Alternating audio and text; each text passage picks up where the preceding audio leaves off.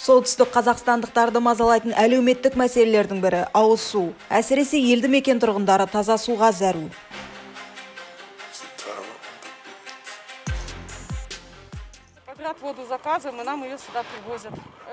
Су ақылы. Суды трактормен әкеледі. Ақшасын төлейміз, құйып береді.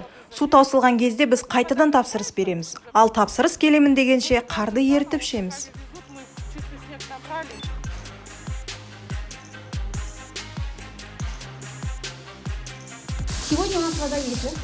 Олар сіздердің келетіндеріңізді білген соң, суды қосты. Есесіне ертең немесе оның арғы күні су болмайды. Қарада тұрыңыз. Тұрғындардың айтуынша ауыз су белгіленген уақытпен беріледі. Егер суды алып үлгермей қалған жағдайда, тұрғынның өзі кінәлі болады. Ұран белсенділері ауыз су мәселесін көтерген екі елді мекеннің халқымен кездесті. Содан соң Становое Белое ауылы тұрғындарының ауыз суға қатысты сұрақтарын тікелей аудан әкіміне қойдық. Әлеуметтік мәселелерді шешуге қоғам белсенділері бірге атсалыссаңыздар. Себебі сіздер айтып отырған тұрғындардың ауыз сусыз екені бізге де айдан анық белгілі. Кездесу нәтижесінде аудан әкімінің біз барған елді мекендерге келесі 2021 жылы ауыз су беріледі деген уәдесін алдық.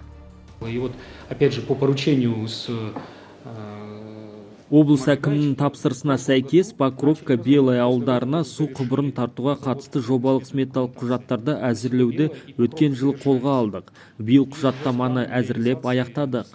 Ал жобаны жүзеге асыруды келесі жылы бастаймыз. То есть мы уже выйдем на следующий год с готовым проектом. Ұран белсенділері өтініш білдірген тұрғындардың ауыз су мәселесінің шешілуін басты назарда ұстайды. Қажет болған жағдайда аталған елді мекендерге барып, мәселенің мән-жайын қайта көтеретін болады. Егер қателеспесем, елімізде ауыз су бағдарламасы 2002 жылдан бастап жүзеге асырылып келеді. Содан бері 18 жыл ішінде ештеңе істелген жоқ.